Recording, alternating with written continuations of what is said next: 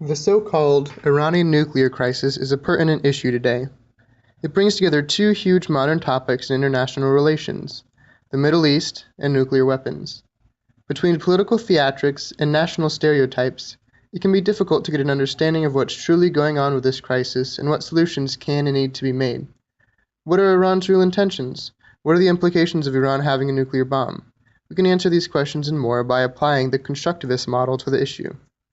So let's dive in. The situation is that Iran has been pursuing uranium enrichment. No one denies this fact, but the big disagreement comes around what this uranium enrichment is going to be used for. Iran consistently claims that it is strictly to be used as a nuclear power source. On the other hand, the United States has several members of the European Union are all concerned that Iran is developing nuclear capabilities for the end goal of a nuclear weapon. So far, these stances are strictly fact that we've discussed, but as we venture farther into the history of the issue, the more and more opinion and speculation comes into play. After studying and seeing many approaches, I believe constructivism provides a unique and insightful approach to the Iranian nuclear crisis. First of all, a constructivist approach rejects the approach of the default take of neorealism, which would assume that power is the central concern for Iran. This would mean that it would be in Iran's best interest to have a nuclear weapon, because that is a distinct material advantage over not having one.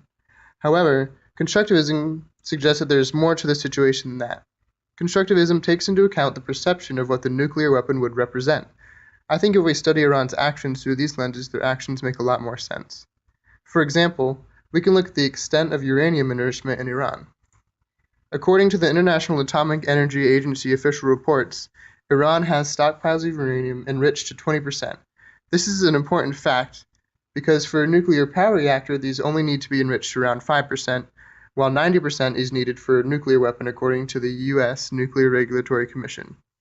The traditional interpretation of these facts is that this is a clear indication of Iran's progress towards and their intention of making nuclear weapons. However, in very recent world news, Iran came to an agreement to stop enriching uranium beyond 5% and to neutralize that stockpile of 20% enriched uranium that they currently have. So by their traditional approach, why would they agree to this? If they really want a nuclear weapon, then why would they agree to something that will make that a much more distant goal? Through constructivism, we can find the answers to those questions. I would suggest that constructivism might lead us to believe Iran doesn't really want to have nuclear weapons. Iran's supreme leader, Ayatollah Khomeini, issued a religious ruling that the stockpiling and use of nuclear weapons is forbidden under Islam. He has also repeated this sentiment twice publicly. As Stephen Walt suggests in the article, Using Religion to Restrain Iran's Nuclear Program, constructivism suggests that going against this declaration would have serious social ramifications in how Iran would be perceived. In order to maintain their reputation as an Islamic republic in the Middle East, they must not have nuclear weapons. The question still remains, why would Iran walk this dangerous line with their nuclear program?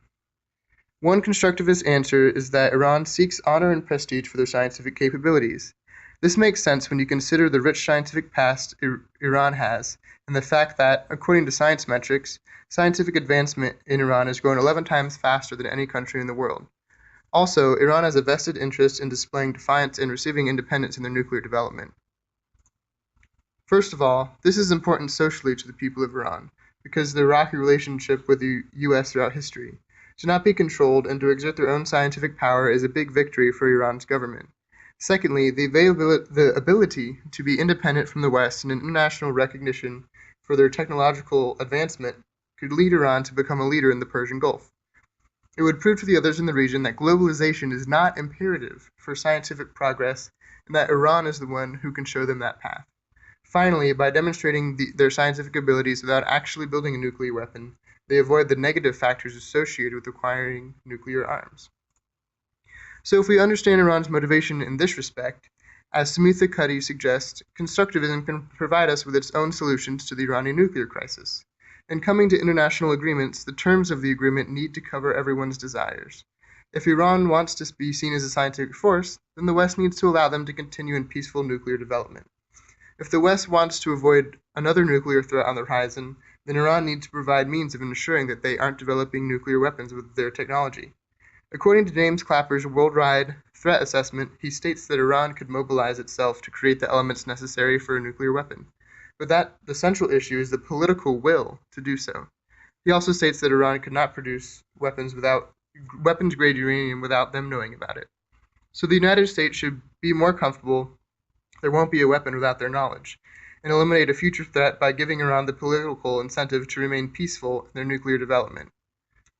They should take the approach that was taken with the Soviet Union: trust, but verify.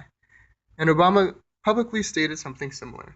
There should be a way in which they can enjoy peaceful nuclear power while still maintaining their international obligations and providing clear assurances to the international community that they're not pursuing a nuclear weapon, he said. While Iran should recognize that their itch for scientific ability and ability to succeed without the West can be scratched by keeping away from nuclear weapons.